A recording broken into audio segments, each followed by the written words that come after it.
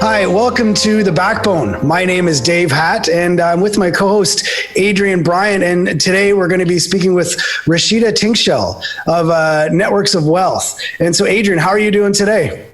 I am good, Dave. Rashida, thank you for joining us. We are so excited to have now Networks of Wealth, Inc. on board with us. Yeah, and in terms of now, Rashida, maybe I'll just get you to, because the whole purpose of this podcast is to help small business owners horizontally, rather than worry about solutions coming from the top down. How can we help each other? How can I share information with you? You share information with me. And so what is it that Networks of Wealth does? What's the foundation of your organization? Well, I'll start by saying that we are a minority-owned and operated private equity company, and our vision was to create business. Actually, in fact, I'll go a step back. We're basically a team of innovative business minds, and we combined our economic resources, our intellectual property, and our shared business experiences to leverage each other in the investment arena. In the course of that process, we created an investment company. And basically what we found was that there were several barriers to entry for many business owners in terms of the amount of capital those businesses access, credit history, things that impede their progress and entry, mentorship, among other things. And so what we decided to do was provide a vehicle that could allow business owners and investors to utilize some of the infrastructure that we created for our business to help leverage our individual business lines. Decided to extend that to other entities. So what we do is we have created almost a business system where we have, like I mentioned, mentorship, financial education and training, assistance with business planning, projections, and because in all honesty, for many minority-owned businesses, if they're trying to get a business line of credit, there's a formula that's used that determine whether or not they're going to get access to this capital or not. In business, things aren't black and white. There's the spirit of business law and economics, and there's the letter of business law and economics. And we kind of fall somewhere in between there, where we look at the business holistic. So if there's a synergy that's there, that's clearly most important for us. If there's economic sustainability of that business, that's equally as important. But really, if there is a business that has been historically underserved, or business owners that have been historically underserved, those are the individuals that we intentionally and very deliberately extend our services to.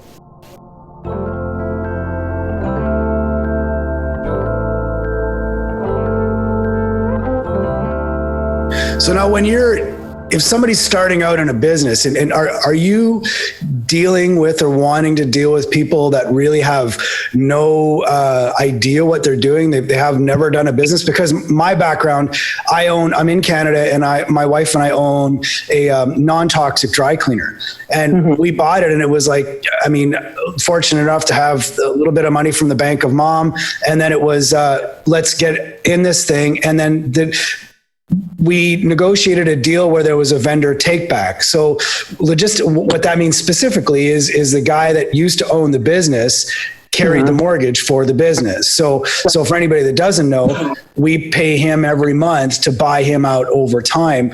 But we really knew nothing. My background is kind of this, it's radio, TV. So are you running into people that are very, very green in terms of their skill set and experience? Well, it's a mixture of both. We're finding that, we extend to start businesses as well. And that's where the whole business incubator component of our business comes into play. Because, let's be real. If we're talking about businesses that are having to pivot in this global pandemic, we're going to be looking at some startup business.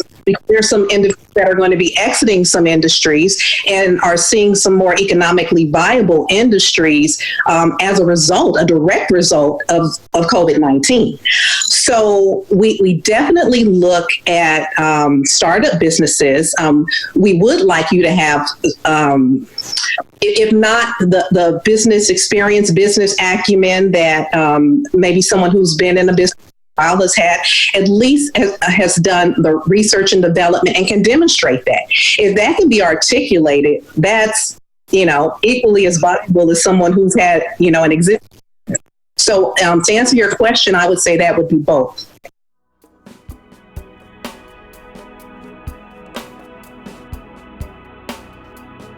And then also, Rashida, it's not just the startup business. There's a franchising arm as well, correct?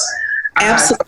People don't want to start from the beginning and not have systems in place. They can look at the franchise model. That's a buy-in to a model, and that service is available and financing as well through you guys as well, correct?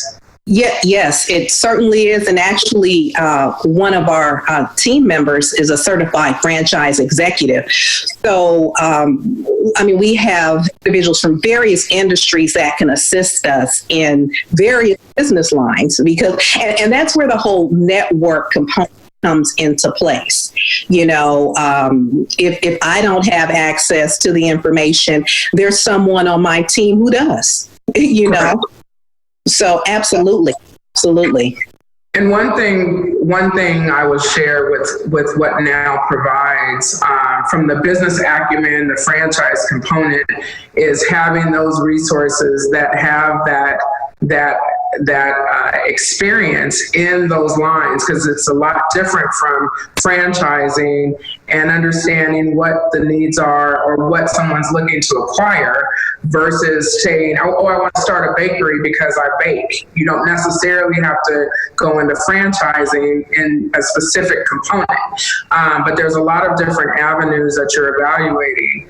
And then ongoing support networks now offers as well in regards to that solution as well. So, the team component and that collaboration is so important. And we don't see that.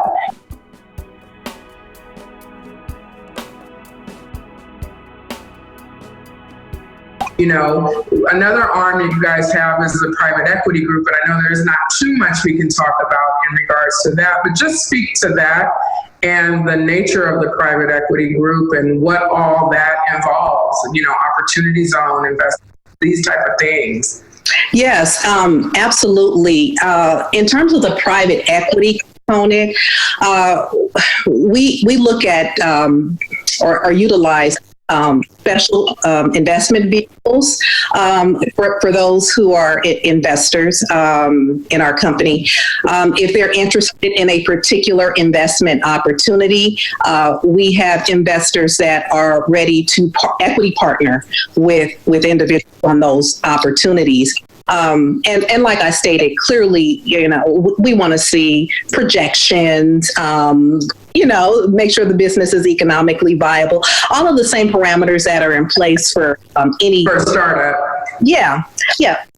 But the caveat to that is that we are very intentional and deliberate about extending those opportunities to minority owned and operated businesses, and primarily because they don't have access to the same capital.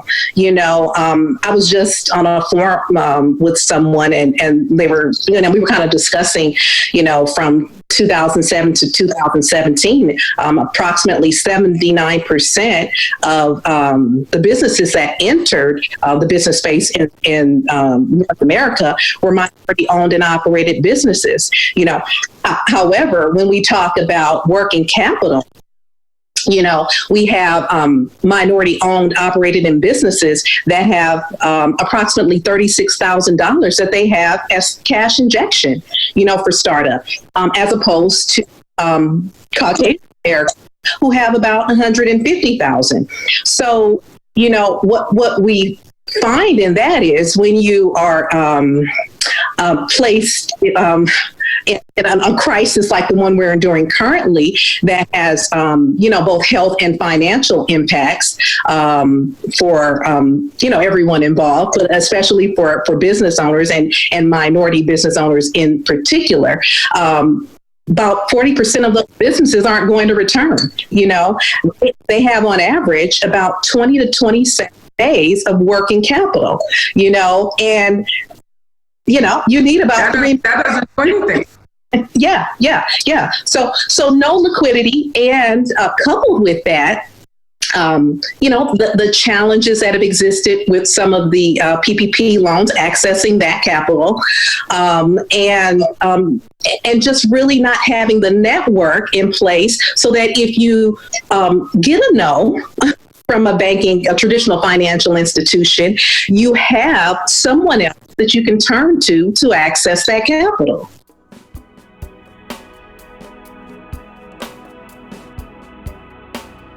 Correct. And the challenge is, in addition to that, is having the structure laid out, right? In order to, we were one, we have our CPA, but it was trying to just get the data to provide to the bank.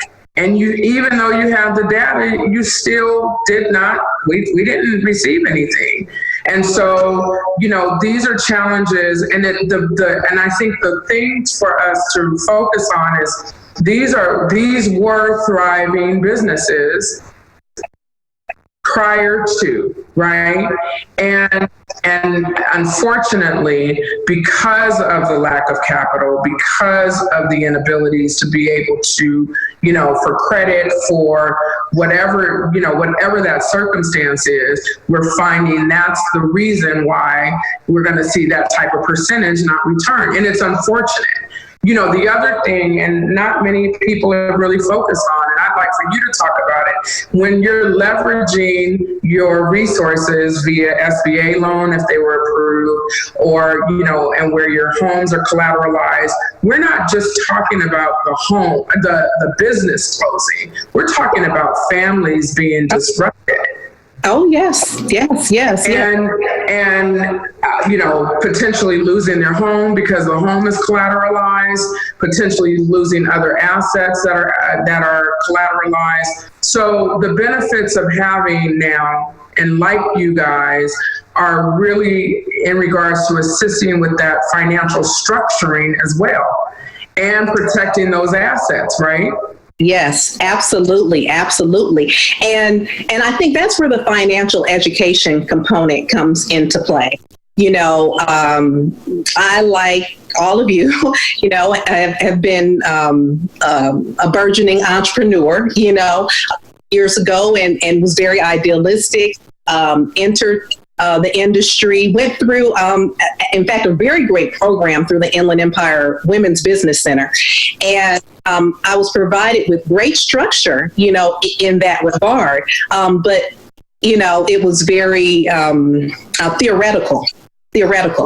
And I think what I found was that it's very important to partner with subject matter experts in whatever industry you're entering, so that you can see those potential perils and be in position to mitigate some of those things, even, when they occur. And I think that doesn't happen a lot. And that's one of the things that we do provide. So it's okay. Let's talk about the research and development component of business. Where do you see yourself in 3 to 5 years?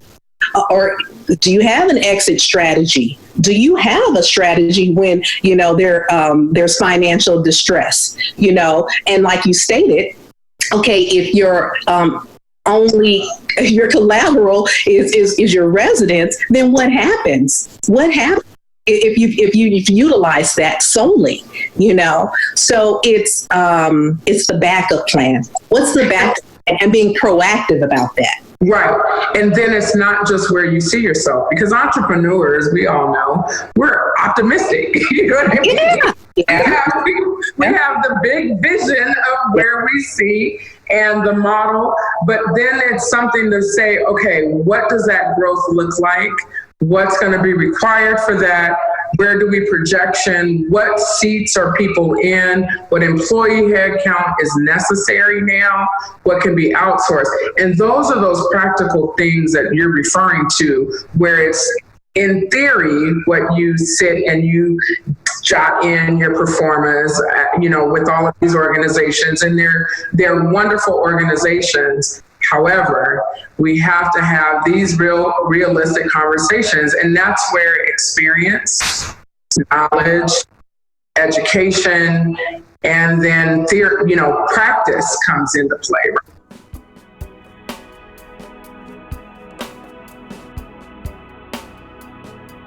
You're providing capital for people, for businesses. Do you sit down with them and do an analysis as to whether or not the business can actually handle the debt load? Because what's happened here in Canada is we've gotten a program similar to an SBA, but is strictly federal government. So there's a lot of small businesses that are now an additional $40,000 in debt they weren't planning on being pre-COVID, right? So the government comes in and says, you have to shut down. So there goes your free market economy. There goes your capitalism. You can't make a living.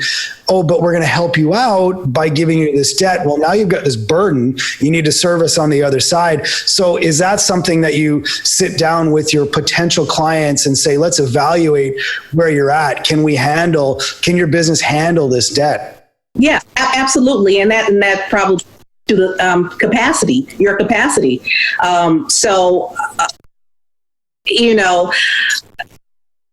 We kind of cover the whole gamut of things with the business. So your capacity, your credit history, your collateral, your character, the business location, everything necessary to determine, the viability. I mean, there are some businesses that, unfortunately, we've had to say are not as viable. But what we do that's different is we tell them why. We tell them why, and it's not a denial. It may be a temporary fix that there may be some other things that they need to tweak. And that's where the business experience comes in. Okay, everything on paper looks great, but let's talk about these, external variables here, that you probably aren't thinking about. So yes, we definitely do that. And we go back and revisit things with them, I'm sorry. kind of like a midterm level, at a midterm level where let's reassess some of these things again. Okay. You're here now. Okay. You're meeting your goals and objectives. Okay. Let's talk about what we need to do moving forward to stay in alignment with those goals and objectives. And sometimes if you have, and that's why, like I stated, your SBAs, your small business development centers, some of them offer that type of mentorship guidance initially, and you can revisit it. One of the things we do is we're there for the continuum because we're invested in the businesses too. So we have an equity stake, so we definitely have to, it's in our best interest to make sure that we're that involved in the process.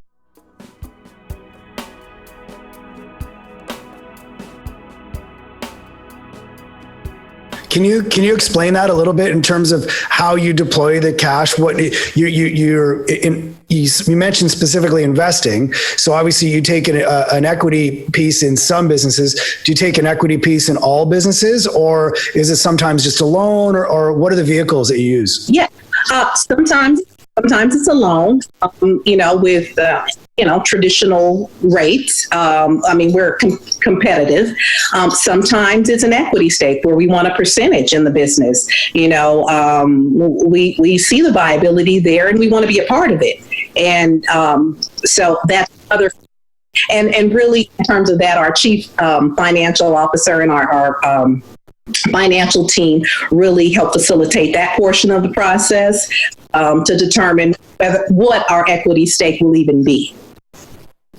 Are you having an increase in people coming to you that want to be on the investor side, that have capital, that are saying, we want to help out our community, we want to help others move forward? Because the reality is this is all about helping people become self-sufficient. And if people have cash in their genes, they're more self-sufficient, they're interdependent, but they're going to be more productive members of society, less stressed, and able to help out more people. Are you seeing that people are coming to you saying, hey, I've got some capital, I've achieved a certain modicum of success, I want to be able to give back? Yes, absolutely. Absolutely. And what we're finding more are, you have investors that are accredited investors that would like. So, and then we're finding now that we're having people who are looking at their traditional retirement accounts, other traditional investment vehicles, not seeing the return that they would like to see, and seeing this as a feasible option for obtaining those goals and wanting to partner. And especially individuals, like you stated, are primarily the African American community right now that are saying, okay, yes, we want to be a part of this. We might not want to own and operate a business, but we would like to invest in someone who is. And really that speaks to the whole multi-generational wealth component, because this is not only going to provide opportunities to this, business owner, it's going to provide opportunities for their children, their communities at large, So I think they're seeing the bigger picture in all of this. How can self-sufficient, self-sustaining, and thrive. And,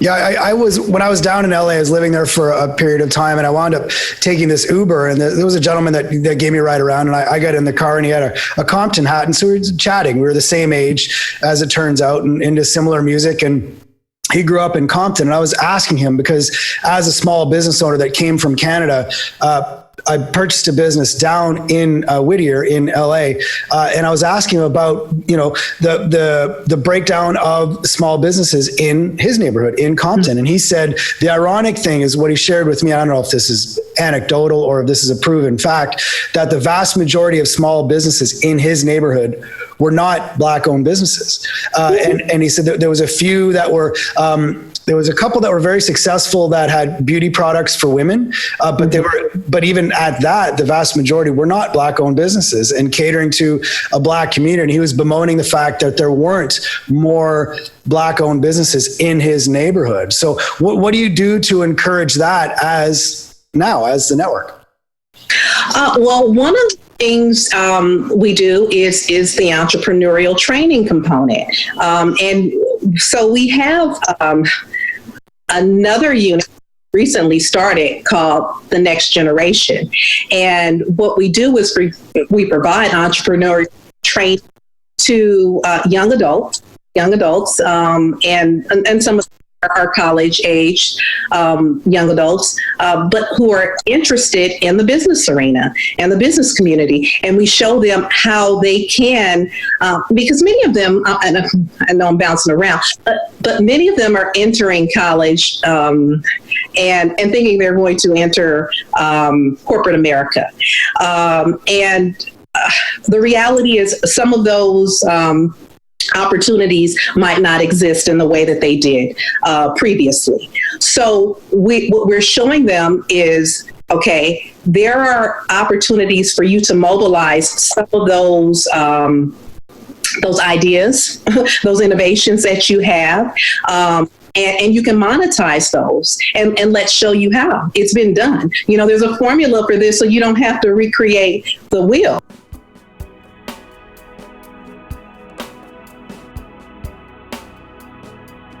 And so then it leads to another component, right? So it's not just the business investment, it's the land and the building investment. So in regards to the opportunity zone, what's happening, there's an inflation that is happening there. And it's something that we need to really watch closely, because they're taking advantage, people take advantage of the protections that there are in regards to longer term holds on opportunity zones. But what they're building is not really sustaining anything in the community any longer. And they're doing, and if it does, they're bringing in higher rents where minority businesses cannot afford to rent from. But then what happens when we are hit with COVID, and that is a location that they close. So now we have high rent, high cost, opportunity zone, development, and an empty building. That is what's going to happen likely next. You're going to see a mass exodus, because they only took advantage of being in there because of the tax credits that they would obtain and the shelters that they would obtain. But then the community still is vacated and not able to position themselves for wealth and creation of jobs, creation of businesses, because they can't afford to be in the building. So this is something, Rashida, kind of lean in on, because there's a lot of discussions that are not happening yet. And partly because nobody's eyes are on it.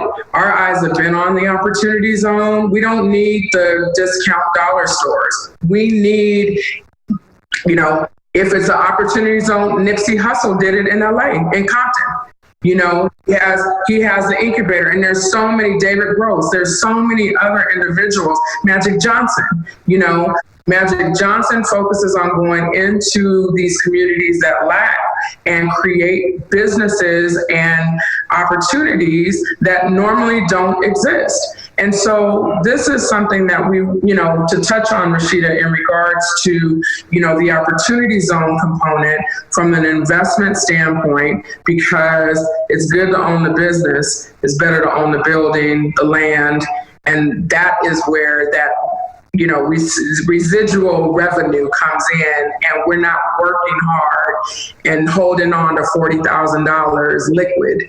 We have $40,000, from an asset, revenue generating that we don't have to perform. So let's reach in on that, if you can, a little bit.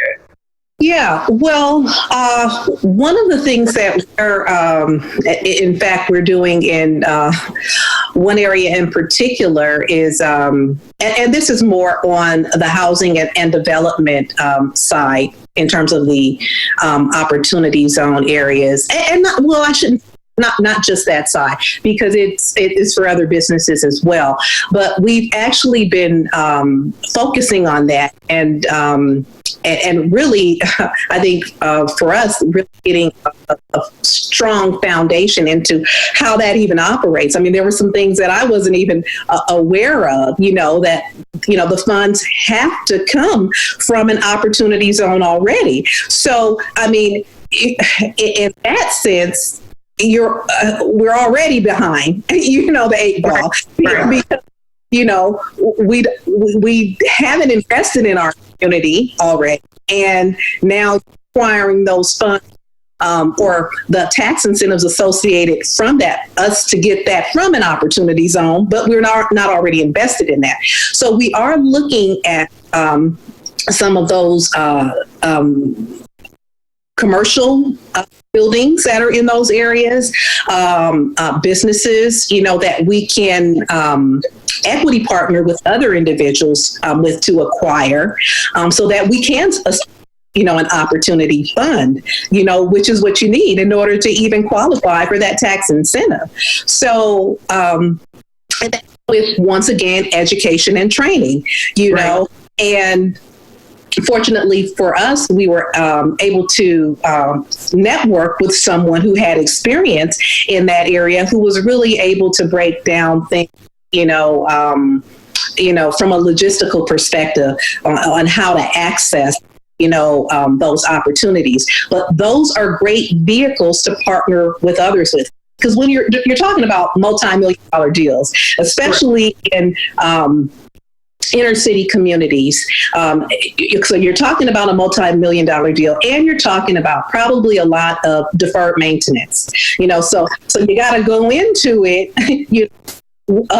putting in the capital, hoping that you might get some grants, for some of the redevelopment efforts. So what we have found is that those are the areas where we really see the need for equity partnering with others.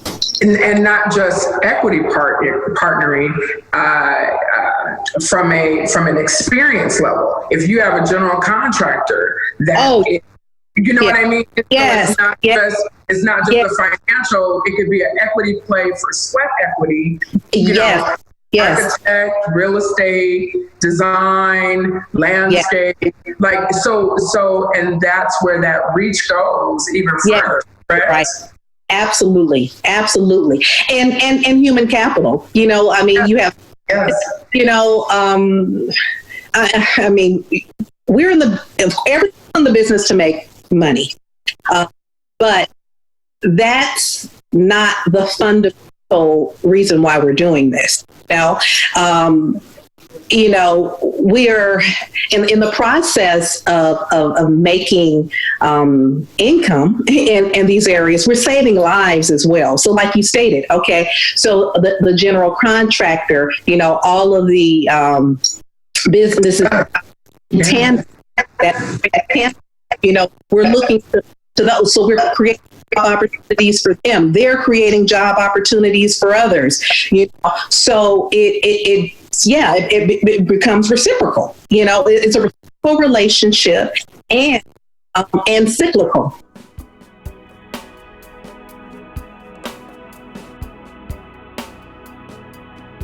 The other part is that those resources, if you hire within community, the money stay in the community longer. Where in the Black community, I think it's 6 hours, or I can't remember what the recent number is. 6 hours. 6 hours. 6 hours that money stays in the Black community. Once it's earned and then spent, it goes out.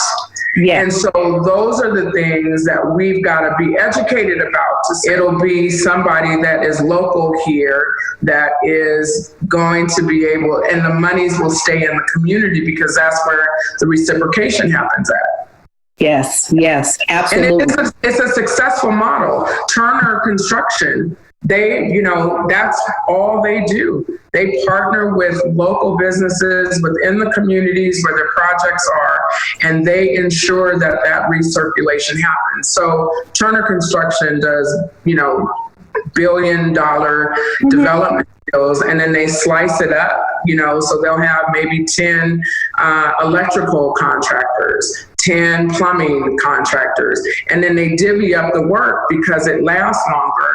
But those are the things that we've got to do within our community more. And it starts with the education, which is so great with what Now does, is that it's not just saying, here's what we do, and we're just going to do it, and we're not going to tell you what we do. You guys are going so much further in regards to educating, implementing, and then activating. And that's where change happens. And you guys are doing it and have been doing it. This is not new for you guys.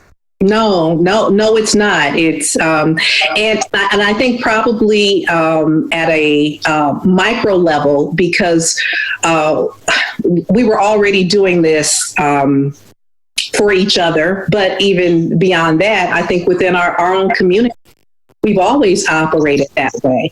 And I think we didn't have the verbiage to describe what we were doing, because, we knew we were using human capital. Okay, my cousin is opening up a business. She doesn't really have the income, or she doesn't have the profit margin at this time that she needs. So I'm gonna help her out. I'm going to lend my services, to take orders, to clean up. We've always we've always had to operate that way. So now it's a system, but now we're looking at it a different way. Okay, you're using your human capital, but in the process, you're learning how to operate your own business by doing this. So it's giving those fledgling entrepreneurs an opportunity to have almost like an internship, if you will, and an internship, and the opportunity to have others to partner with along the way, and access to their network. Correct. And then it just spreads. It spreads like a wonderful wildfire. It just spreads.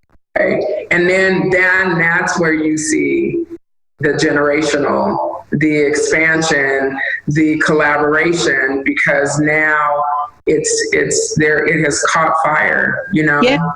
Yes. The other thing that happens as well, I've been in doing with one of these other podcasts, I've been speaking with people about municipalities and the connection with cities and small business owners. And when you have, it's been proven through studies time and again, that if you have Main Street businesses that are owned and controlled locally, it's a happier place to be. It's a happier city. And then those stores, those Main Street shops help each other. And as you say, it goes from being 6 hours of the dollar being in the community to the dollar stays in the community and doesn't circulate out. It circulates in, which then in turn is able to help build, turn small business owners into mentors. They're able to help other small business owners open their businesses, and then maybe collaboratively through an organization like Now buy the property, buy the building. So now you've got a community that's owned by the community. So it's a happier place to be. It's just a better spot to be. Correct. Yes. Well, I think out of respect for time, and unless you've got anything else you want to ask Adrienne, I think we probably need to cut Rashida loose. She's probably busy. Yeah, no, this is great. Rashida, thank you. Our focus was, let's handle the conversations about business differently and really bring the truth, the perspective that we need to have with one another, and really change the dial. And the dial has been changing, but really present the dial changers really is what we're doing. And so we thank you for joining us today, my dear. We thank you. And we're so excited to, our relationship goes beyond podcasts. We've been working alongside in the background with Now and on the franchise side, and what we're working on doing is creating these webinars to teach people about franchising and why that could be a mechanism for them. So there's a lot more that's going to be coming with now. We're so happy just to be part of the vision, to be part of the movement in regards to economic impact for not only ourselves, but more so for the community and for our generations to come. So we thank you. We thank you for joining us today, Rashida. Thank you. We appreciate it. And I'm speaking on behalf of our entire company. Yeah. And so thank you. Thank you, Rashida. Have a great day. And since it is July 1st and I am Canadian, happy Canada Day. Take care and happy preemptive 4th of July. And we'll see us all later. Take care. Okay. Take care. Thank you guys. Bye, guys.